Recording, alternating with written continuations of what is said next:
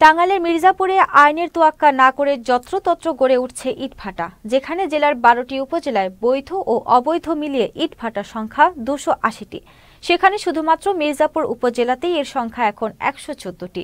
ফলে হারিয়ে যাচ্ছে শত শত একর 3 ফসলি কৃষি জমি, কমে যাচ্ছে কৃষি চাষাবাদ, বিপর্যস্ত হচ্ছে পরিবেশ। টাঙ্গাইলের মির্জাপুর উপজেলার প্রতিনিধি মোহাম্মদ জোবায়ের হোসেনের তথ্যচিত্রে ডেস্ক রিপোর্ট।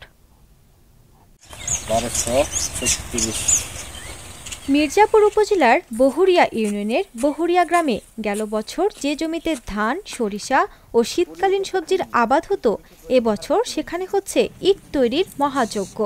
পুরো একটি কৃষিচক নিয়ে নতুন করে গড়ে উঠছে 4টি ইটভাটা।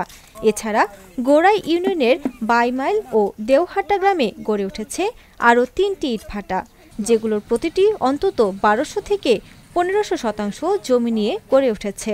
ইটভাটায় কৃষকের ক্ষতি হচ্ছে, ইট ভাটাটা বন্ধ করলেই ভালো হয়।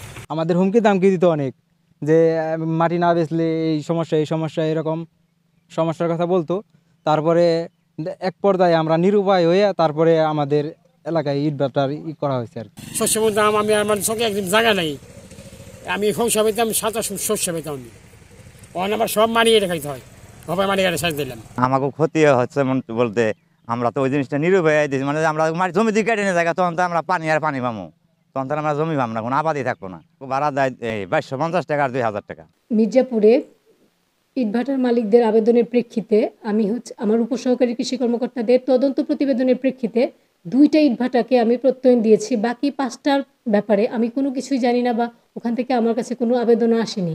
নতুন করে গড়ে ওঠা ইটভাটাগুলোর বৈধতা সম্পর্কে জানতে চাইলে মালিক পক্ষের কেউ কথা বলতে রাজি হয়নি। তবে নতুন করে গড়ে ওঠা অবৈধ ভাটাগুলোর বিষয়ে তদন্ত করে ব্যবস্থা নেওয়ার কথা বলেছেন উপজেলা নির্বাহী কর্মকর্তা। আপনারা জানেন যে আমি উপজেলায় নতুন যোগদান করেছি, তথাপি আপনাদের মাধ্যমে বিষয়টি আমরা অবগত হয়েছি। তো এটা সঙ্গে সঙ্গে আমরা পরিবেশকেও জানিয়েছি। তো এটার খোঁজখবর নিয়ে আমরা দ্রুত এটা আইনগত ব্যবস্থা নেব। মাঝে মাঝে প্রশাসন ও সংশ্লিষ্টরা অবৈধ ইটভাটায় অভিযান পরিচালনা করলেও তা কোনো কাজেই আসছে না। কৃষি ও পরিবেশ রক্ষায় অবৈধ ইটভাটাগুলো বন্ধের দাবি এলাকাবাসী ও সচেতন মহলের। Purnima Raut, channel S news desk.